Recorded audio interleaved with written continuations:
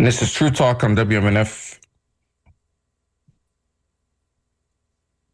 And this is True Talk on WMNF 88.5 with Ahmed and Samar. On today's program, we're going to be speaking about the aftermath of the genocide in Gaza. Is it actually over, or is it just taking a different phase of the war and ethnic cleansing of the Palestinian population? Will there ever be a state of Palestine, or is this just another effort to change the realities on the ground and what's going on with the peace plan? But really, also we're going to look into, and this is something I wanted to actually have discussion before because of a program that I had seen by The Guardian, where they went and interviewed and talked to Israeli society, people in society. And this was actually some time back during the genocide. And what their feelings are and were, the average Israeli on the streets of what's happening in Gaza at the time. We'll also get your phone calls. This is True Talk on WMNF. We'll be right back.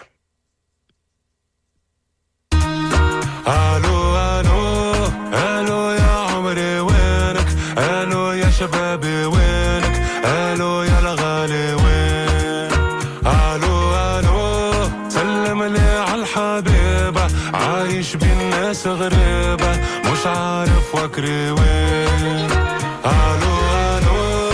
الو يا عمري وينك الو يا شبابي وينك الو يا الغالي وين الو سلم لي عالحبيبة عايش بالناس غريبة مش عارف وكري وين قالوا يا حبيبتي نعرف اللي طالت غيبتي ليا ضحكوا على شيبتي وشيبة ولا تشيبة ما حبوا تيبتي ناس تستنى في خيبتي والأرنبة طلعت ذيبتي وشوفنا منهم خيبة قالوا يا الغالية شلز شباب على إيطاليا البحر وامواج والعالية وغرقين وغرقات وحمام وجالية ذات يميني وشمالية وفكري كان في المالية الوحش كبر يا الأخوات الو يا عمري وينك الو يا شبابي وينك الو يا الغالي وين الو سلم لي عالحبيبة عايش بالناس غريبة مش عارف وكري وين. Hello. Welcome back to True Talk on WMNF. If you're listening to us live on 88.5, welcome. Or if you're listening to us online at WMNF.org, or maybe you're catching the podcast on any of your streaming platforms, welcome to True Talk. If you're new to the show, welcome also. Shows, it's been around for a long time, 20 years. Samar and I have been doing this over 20 years. But since October 7th, 2023, we've been focused on the genocide in Gaza, and we're not afraid to call it a genocide. We're actually been calling it a genocide almost from the first few weeks because it was obvious the genocidal intent and what they plan to do. Everyone else that just kept saying, well, we'll have to wait and see. Well, 65,000, 70,000 people killed later. Most people have come to the conclusion, yes, it is a genocide, and that death toll is probably much, much higher, could even be in the hundreds of thousands, according to some statistics. Not to mention that just about everything that stood in Gaza is now destroyed. They decimated, destroyed, bombed, demolished almost every single structure in Gaza. What does that all amount to? What is that? It doesn't take rocket science to figure out what's going on here. They're making it impossible to live there because they want the people off that land. They want the Palestinians. The Israeli government want Palestinians out of Gaza so they can have that land for themselves, and they want to rebuild it. That's not me saying that. They even went on record saying that. Some of their ministers said, well, we've done the demolition part. Now it's Trump's turn to rebuild it. Now, normally, there's this concept: if you break it, you fix it, but not for Israelis. Uh, Over the years, Israel continues to demolish and destroy Palestinian homes and buildings and businesses and hospitals and schools, but they never pay to fix it. It's always somebody else that's paying to fix it. Most of the time, it's countries in the Gulf, other Muslim countries, Arab countries, or the international community. But you know who's not held accountable for it? It is Israel, even though they're doing the bombings. Somebody might say, well, and oftentimes, and you'll hear this because we're going to hear some perspective from Israelis from a report that was done by The Guardian about a month ago in Tel Aviv. So this is right before the ceasefire and some of their perspectives. And this is also, um, based on other reporting that, confirms that basically says that most Israelis don't care about the Palestinians in Gaza or what's happening to them. In fact, according to some polling, which I'll get into, but actually I forgot to welcome my co-host, Samar. And I'm I, glad I you haven't noticed. because she's sick, so I didn't want to put a strain on your voice. But Samar, you're there quietly. Welcome. Assalamu alaikum, Ahmed. I want to just tell you that my mom is listening, tell our listeners that my mom is listening live from Cairo. Oh, really? Hi, So, Mom. yeah, hi, Mama, kifek. So, actually, people do listen to our show, by the way, Ahmed. Via either my Twitter account or using the app. So I found out that last week my mom was listening to the show, and when you started the show saying "Salaam alaikum," she immediately answered you, and she said "Wa alaikum salam." My brother told me. Oh, that's nice. Yeah, Okay. she thought you were addressing her or something, or I maybe am addressing her. Of course, it is to her, and she knows me very well. She yeah, knows she. Ahmed, and for some reason, whenever she sees me, she's smiling. Um, you know, I think she feels like you are like her son or something. yeah, well, I've known her long enough, just about as much as Yeah, oh, and she used to come with me to events, and to she the used to, station. and she would be walking and waving from the back, and everybody loved her, and she loved everybody at the station. We miss her very much. Julie, How yeah, she old is was. your mom now? Oh gosh, she's 88, maybe She's 80. older than the state of Israel. Yeah, and actually, every time during her birthday, which happens to be June 9th, I always put, I'd say happy birthday to my mother, who is older than the state of Israel and who was pushed out of her town, which is in the north of Gaza. And this is what people need to know, that most the people who live in Gaza now were people who made refugees when the state of Israel was created. So my mom was 6 years old, and they started bombing her hometown of Al Majdal, which still exists today in the north of Gaza, and they ran to Gaza. They ran from the north to Gaza, and they lived at somebody's house because her mom originally from Gaza.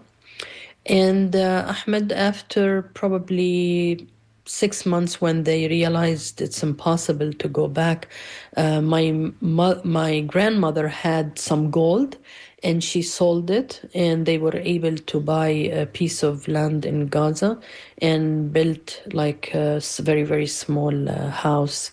And later they were able to build another level when my mom at age 18 went to Kuwait to work as a teacher, and she would save all her money and send it back home to Gaza so they can build another level two-story house. So most of people who live in Gaza are from Lid, from Akka, from other towns that are now part of the state of Israel. So they are being made refugees several times over when they go from North Gaza to South Gaza to East to West. But you said something quite interesting, Ahmed, about the genocide. There Yes. was a 60-minute interview with Jared Kushner and Witikoff. I'm not sure if you have seen it. It was on Sunday. Yeah, And so it seemed like a very puff piece. They weren't asking too difficult questions. yeah, and I think one of the reasons Netanyahu stopped the bombing of Gaza, uh, knowing that Hamas didn't violate it, but there was a truck, and the truck that was clearing and destroying some buildings stepped on a mine and blew up, and has nothing to do with Hamas. And the US knew that, and the State Department knew that, and the Pentagon knew that. And they asked him to stop immediately, like very, very, very stark warning, is because that interview was on Sunday. And they were, if you were on Twitter, you would realize that every few minutes, 60 Minutes was promoting that, oh, we're going to be talking to Jared Kushner, we're going to be talking to Witikoff. So during that interview, she said, Leslie Stahl asks,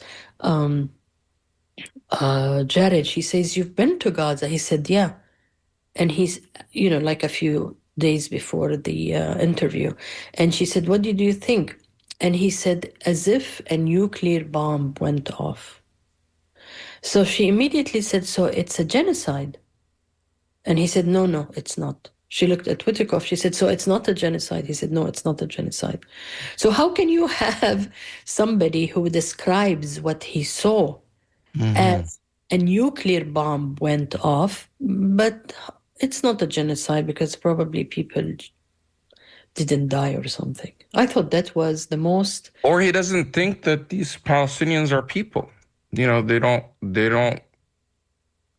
not equal to the Israelis. Now, they had a completely different message when they went and spoke in front of tens of thousands of crowds. That rally that they had in Tel Aviv right before Trump came there, and where every time they mentioned Trump's name, the crowd goes crazy and claps. But when they mentioned Netanyahu, they booed. And they spoke about how proud they were, especially Jared, how proud he was of the Israeli society, staying resilient and focused on the hostages. And this is the one thing that, you always heard, that people, even the ones that were protesting in Israel, the overwhelming majority of them that were protesting against Netanyahu, and you would think that they're against the war. Yeah, well, they're actually in this report that I wanted to play from The Guardian, which was right before, the ceasefire. He went to that, what they call the square. What did they name that square in Tel Aviv? I don't know, but Tel Hero Aviv, Square or something like that. Tel El Hawa is the real Palestinian name that was Tel erased. El Hawa, because Tel it El was Hawa. windy. Yeah, Tel El Hawa. But he used the word barbarians. Like, Yeah, how should I mean, they were during the interview, Ahmed, barbarians to describe who? it didn't specifically say Hamas, but he was talking about the Israeli society, and he says you are unlike those barbarians. Oh, you're unlike those. Well, the barbarians are in Gaza. Now, there was a poll that was in August of 2025 by the Israeli Democracy Institute, which the actual pollsters themselves were sounding the alarm that this was very dangerous. And in that poll, it found that 79%, almost, 8 out of 10 Jewish Israelis surveyed said they were troubled. They were not troubled at all, or not that troubled by the reports of famine and suffering among Palestinians in Gaza. And in contrast, 86% of Arab Israelis express being troubled. So in Israel society, Israel the nation, It's, made up of Jewish people that are not indigenous to the area. Their ancestors came from Europe. Majority of them, like overwhelming majority. There are some that are, but it also includes Arab Israelis who are, the indigenous Palestinians that somehow managed to stay on their land and they were not forced to go out or kicked out because they couldn't kick everybody out during the Nakba.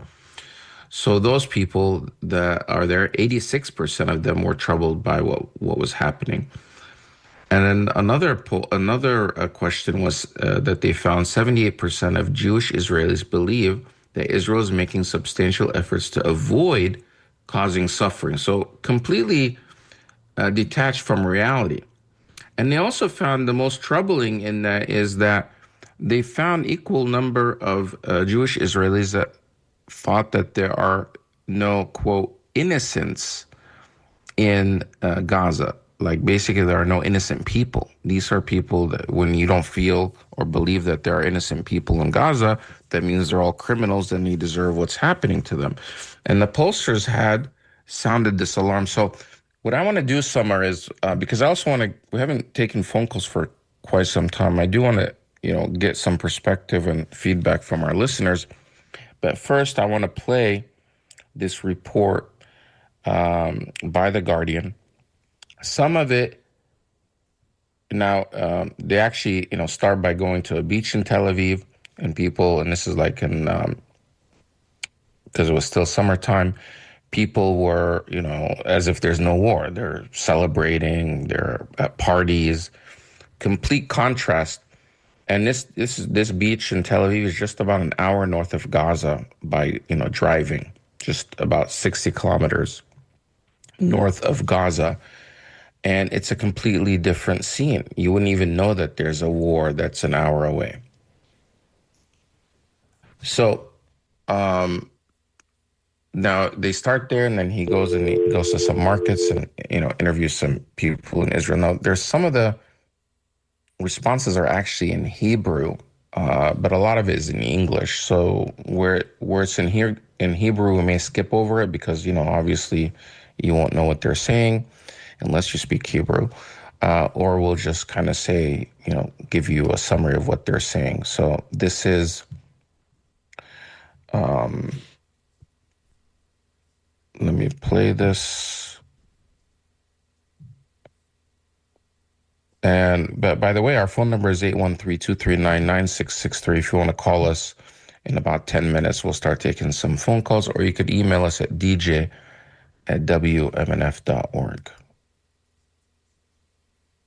Along the beach in Tel Aviv, and as you can see, there are people out, their families out, enjoying the sea as they should. It's peak summer. But I can't help but think when I'm walking along the coast here that if you follow the coastline exactly 60 kilometers south in that direction, you're going to reach Gaza. And there, rights groups are saying that there's a genocide and a famine taking place, which obviously feels extremely different to what we're seeing around us here in Tel Aviv.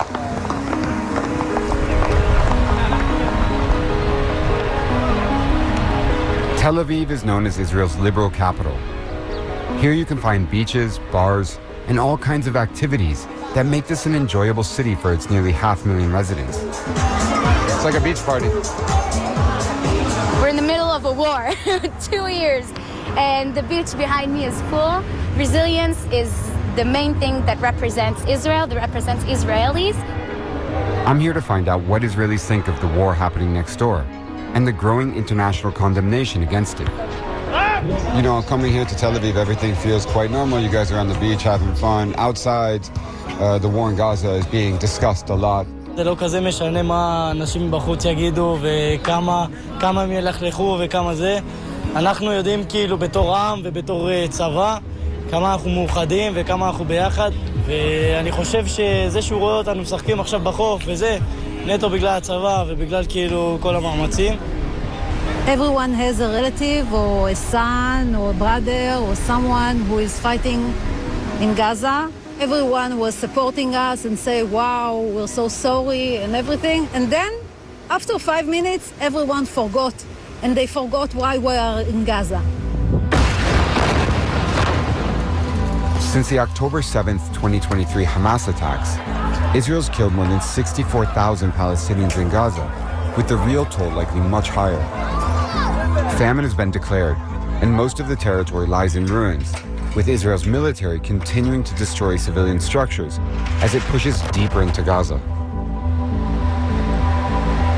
And although recent polls have shown that among Israeli Jews, there's little sympathy for Palestinian suffering in Gaza, a small group of people here are trying to sound the alarm. We're walking south. So, I mean, if you got into a car here, within probably like an hour, you would get to Gaza.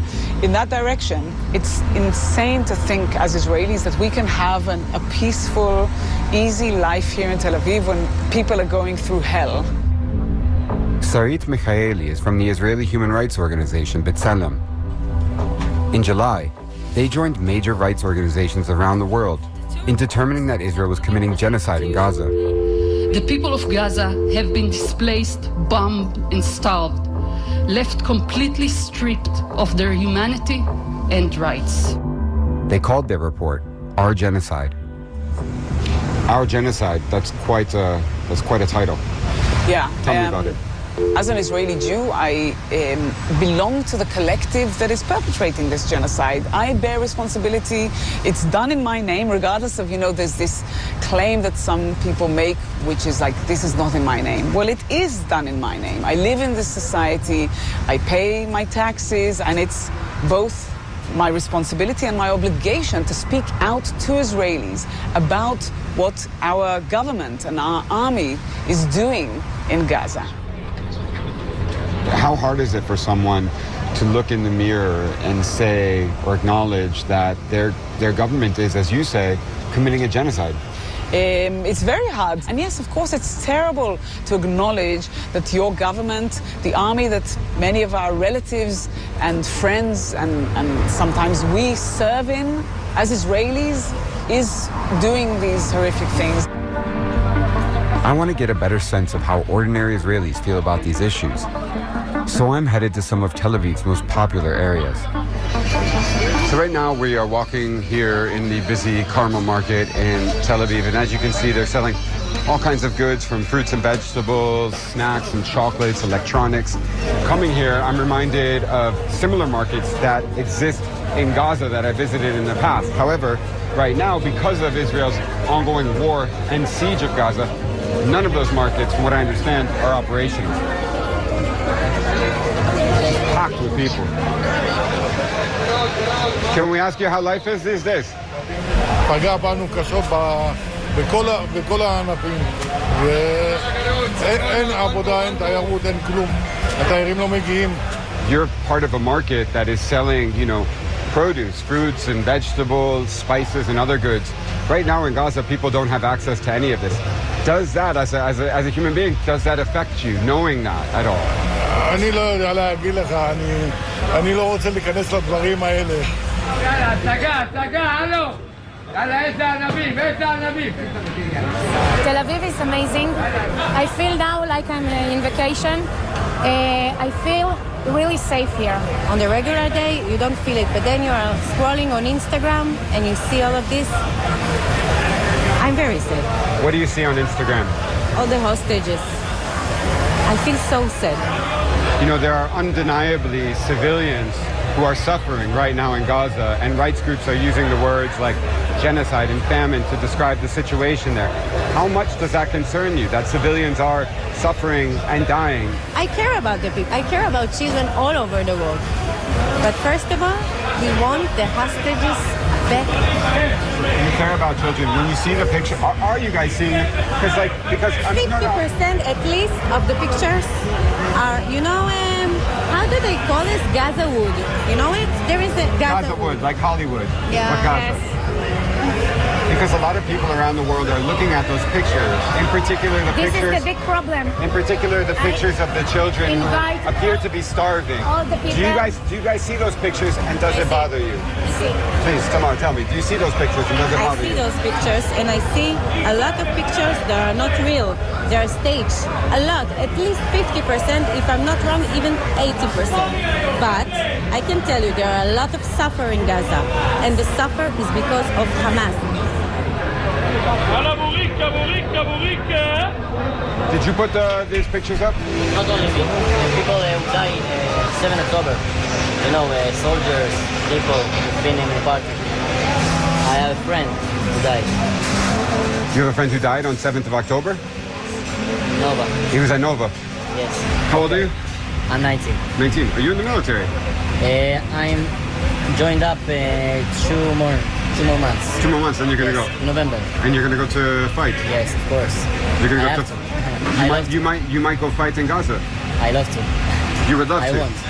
Yeah. People think that the children and the men and everyone has, taken part in 7 October. You can't ignore this. No matter what you say, you can't ignore this. No innocence. Even women and children are not innocent in Gaza. There is a mothers of terrorists, we support. So there is no innocence. And the children? The children gonna be, terrorists. They're gonna be killers. כמה שמדברים וכמה שמראים, ואנחנו עדיין אשמים, אז בשביל מה להתראיין בכלל? שנה, הנה מה. יאללה, נו, בחייך. מראים מה שהם רוצים להראות.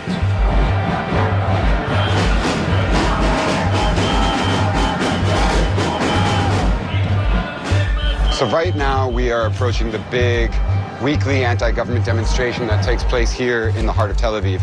Now in this demo you'll find a lot of expressions against Benjamin Netanyahu and his government, a lot of signs calling on the return of the remaining Israeli hostages in Gaza. What you won't find much mention of is the Palestinian victims of Israel's ongoing war in Gaza.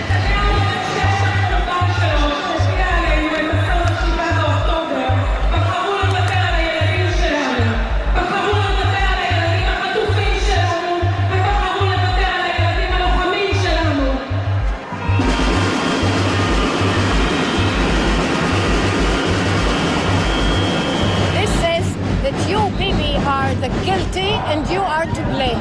There is obviously a lot of criticism of this war globally and a lot of people protesting this war who might look at this, what you describe as an anti-war demonstration, and wonder why there's little mention of the Palestinian victims of this war in Gaza.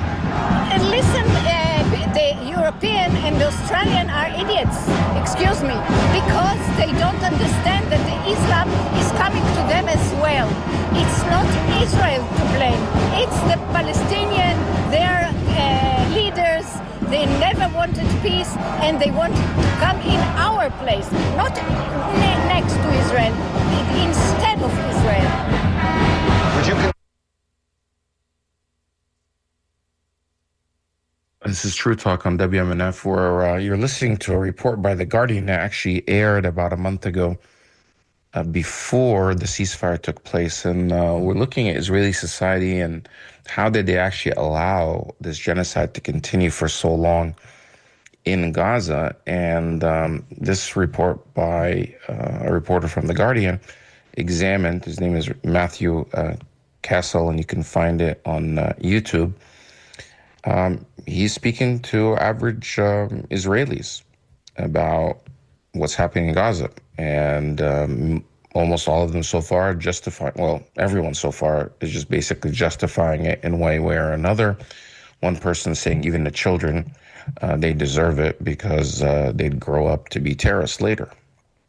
So we're going to continue listening to that, and then we're going to take some of your phone calls. You can email us at dj@wmnf.org or call us later at 813-239-9663. Consider yourself an anti-war demonstrator today? No? No.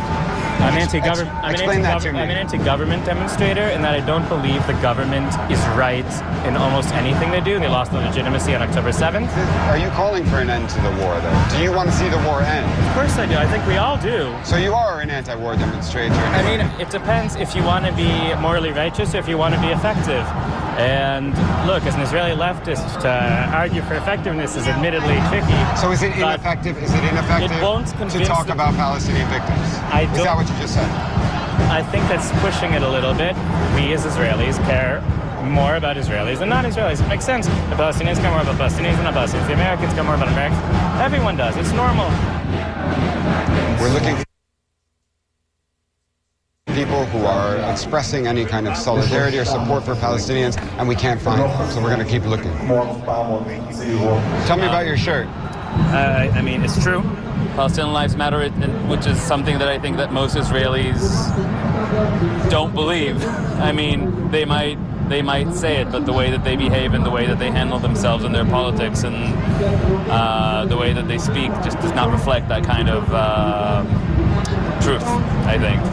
Do you think, though, that given the scale of the war, and especially the images that have been emerging over recent weeks and months of, people starving in Gaza, that there's a growing number of Israelis who are concerned about that?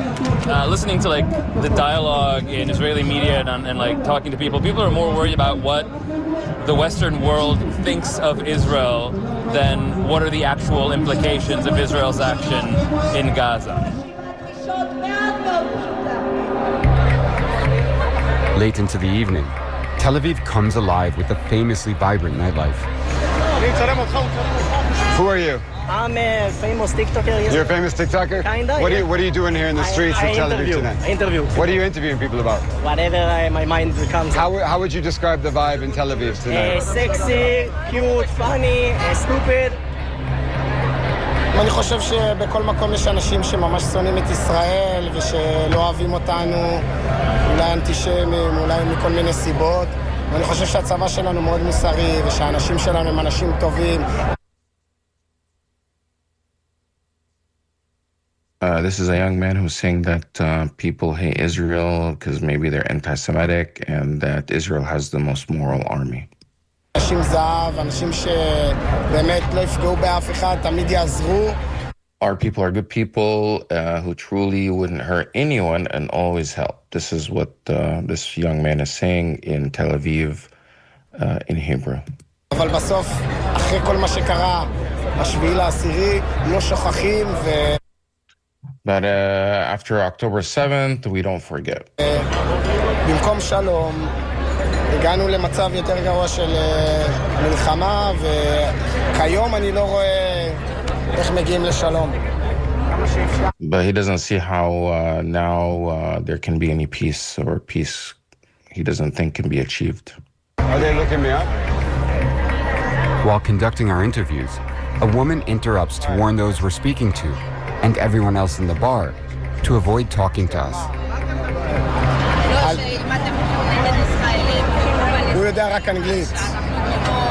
So while the reporter is actually interviewing this guy and getting comments, someone interrupted and said, this guy is pro-Palestinian, he's against Israel, don't talk to him.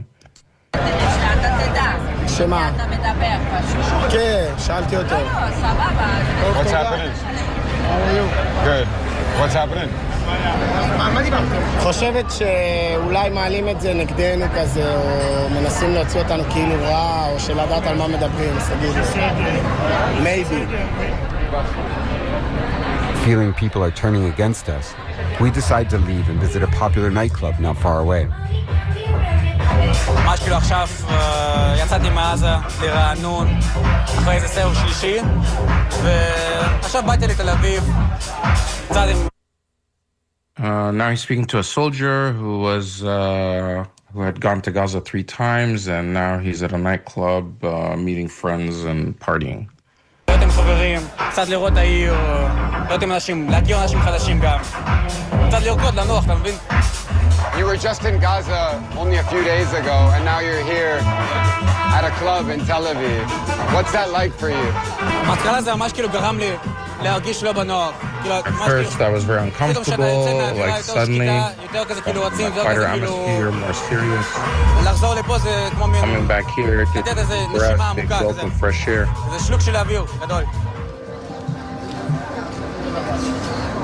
This is all making me feel very uneasy. We're here in the streets of Tel Aviv, coming to clubs where people are dancing, and asking people hard questions about what they feel about, big topics like genocide. If you are following what's happening in Gaza, it is hard to understand how these two worlds can exist so close together. Over 3 days, we spoke with dozens of people across Tel Aviv and found little concern for Palestinians in Gaza. But for B'Tselem, the blame for what's happening there shouldn't be placed solely on Israel. There are so many excuses that our government is giving us, or that the powers that be give us, to absolve ourselves of responsibility. The fact that the international community enabled this for the last almost 2 years is one of the reasons why vast parts of Gaza look like a wasteland now, why so many human beings have been killed. We have failed as Israelis who are opposed to this to stop it. And I think Israelis will forever have to reckon with what we have done to Palestinians in Gaza.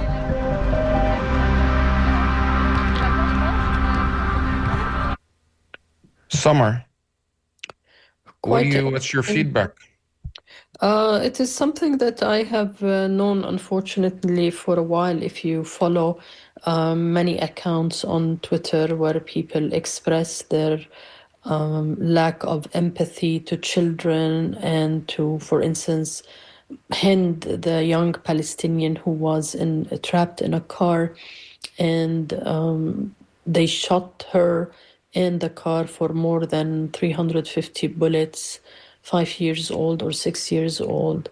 And people saying, well, okay, if she grew up, she will have a child, maybe, if she gets married, and then this child will become a Hamas member, forgetting, of course, that the whole story is about occupation and injustice. But you know what's interesting, Ahmed? And it's actually mind-boggling, because if you remember, last week, we spoke about $145 million that the State of Israel is planning to use to affect and influence some churches in the Midwest and in California. And the week before, I think I talked to Ellie Clifton about Oracle and how much such companies are, excuse me, trying to control the narrative. But yesterday there was a Reuters and Ipsos, what they call it, استطلاع الرأي. What is it in English? My gosh. Surveys, yeah. Survey of Americans. And it says, in spite of all this, Ahmed, 59% of Americans support the idea of establishing a Palestinian state. 80% of Democrats, 41% of Republicans agree to that. And 60% of Americans say that what Israel did, its retaliation after October 7, was extreme and it was too much, let's put it. So it's amazing how the American public are able to see and able to realize, in spite of all our mainstream media being so pro-Israel, so pro-Israeli narrative, in spite of the attempts to control TikTok and Facebook and Instagram and Twitter and our airwaves, people still can see that you do not kill 60,000 civilians and call this a war, or call it just war, or call it just retaliation for what happened on October. But what it took so many tens of thousands of people being killed, so much, I mean, they paid a heavy price to get the attention of the rest of the world. It took a genocide for people to actually, for some people to wake up. Keep in mind, there's a lot of people are still defending this. I think, there was a report that had seen that even the Secretary General of the UN is too afraid to call it a genocide. Politicians are too afraid from different countries to call it a genocide because there are consequences. But despite that, many people are waking up. We received an email while we're playing the show that, maybe we should address. We've addressed this before, but this was sent through a text. And they write, please correct me if I'm wrong with my history. Don't worry, we will. But didn't back in 1947 to 48, Palestine had the opportunity to form a state, but they that's what they wrote, choose instead of chose not to, and instead was joined by other Arab nations and attacked Israel because they wanted to take Israel's land, and make it all of it Palestine. That's a question that was sent, and to answer that question, if you don't mind, Samar, first, that's not really completely accurate. That's not what happened. As far as some context, yeah, in 1947, the new UN body, one of its first moves was a plan or a proposal to partition Palestine. Israel did not exist. They wanted to partition Palestine at the end of the British Mandate. Britain occupied Palestine. They called it the British Mandate.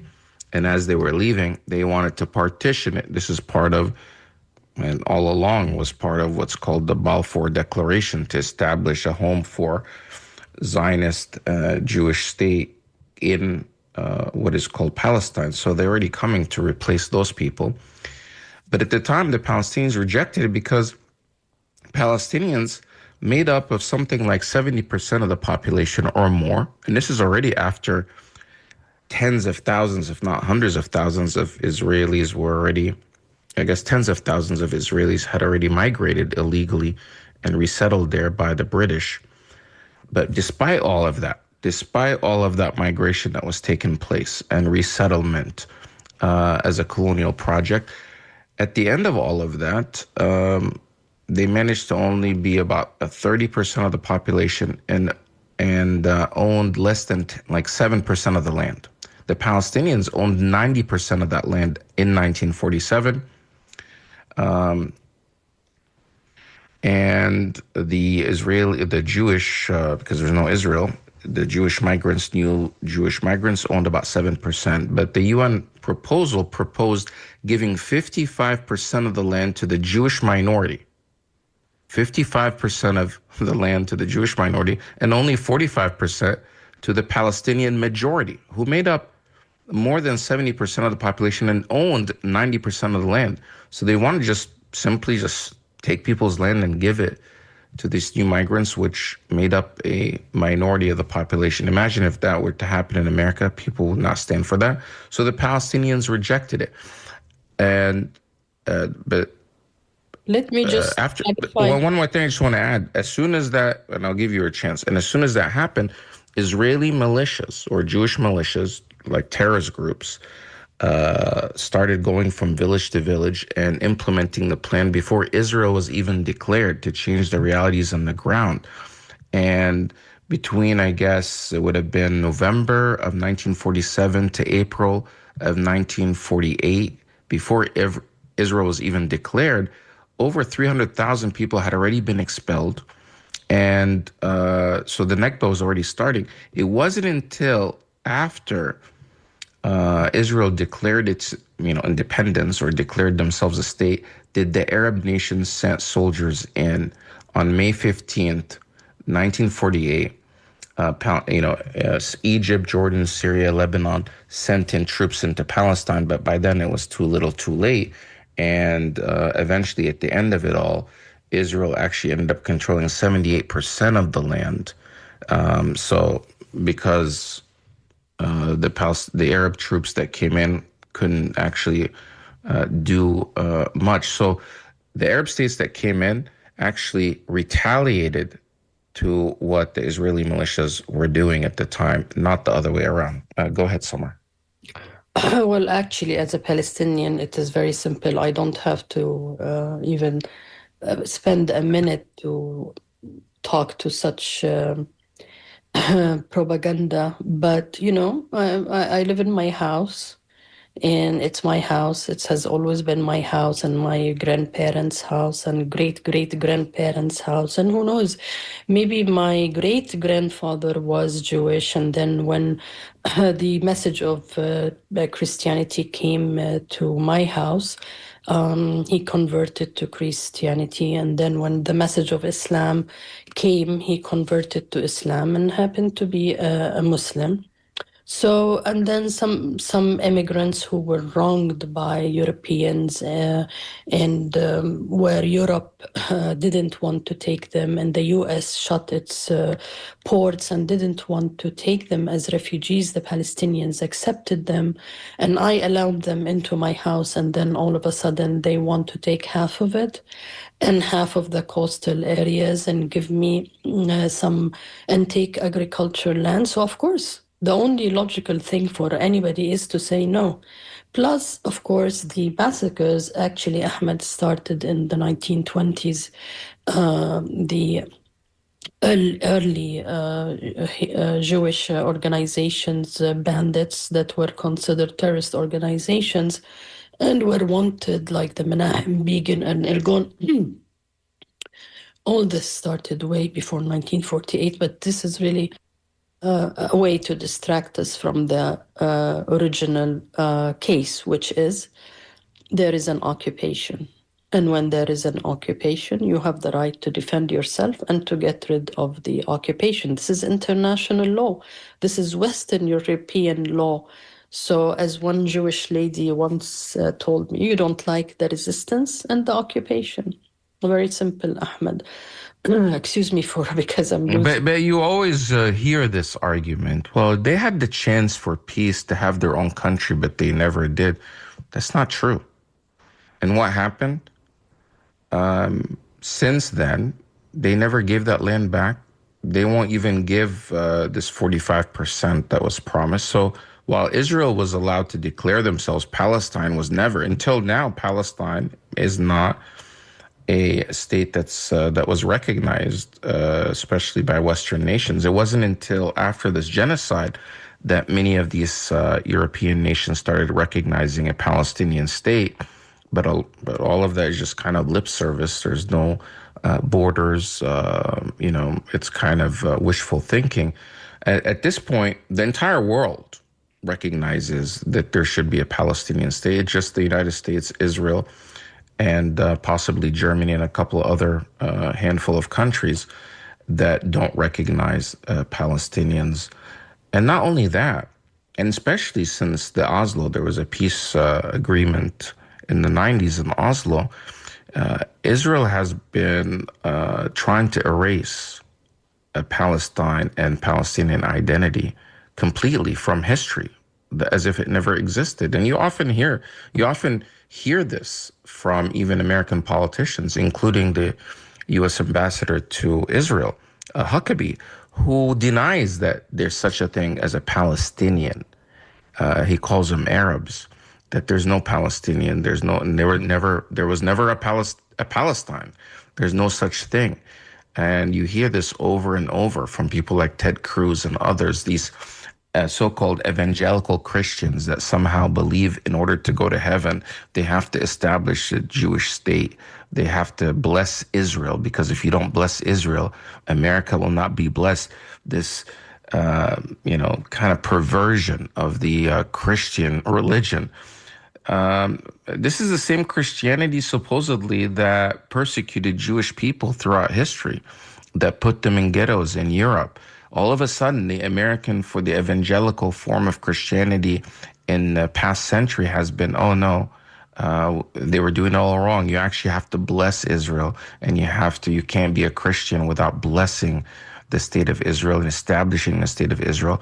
This is a type of heresy and innovation that was introduced to the Christian theology that never existed before.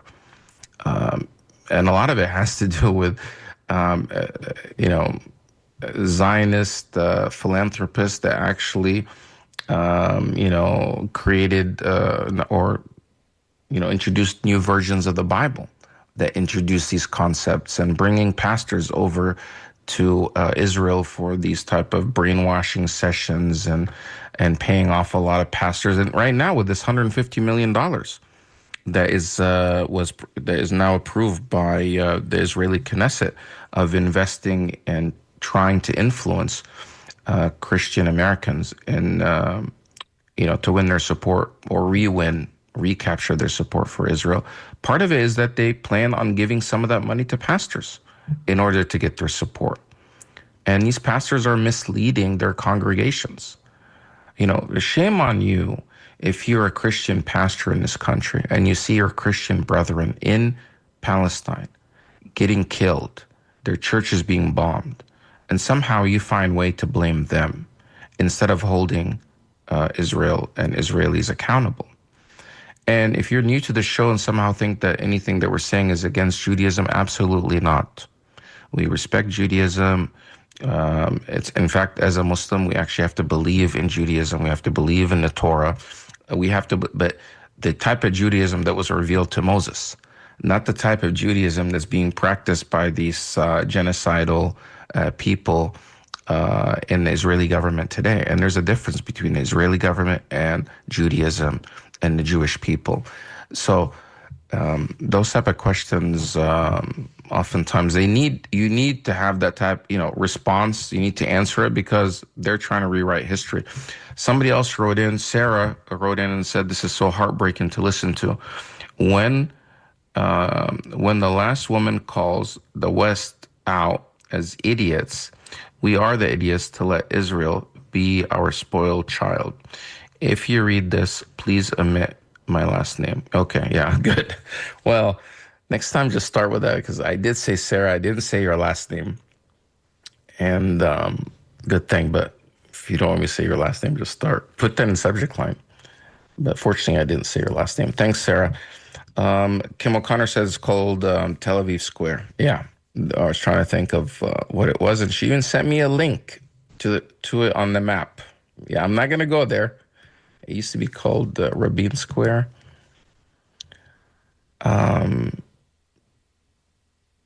Josh, but I can't read his message.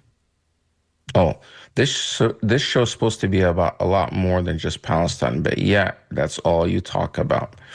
Instead, now your show sounds like a microphone for Hamas. It sounds like you don't like Jews.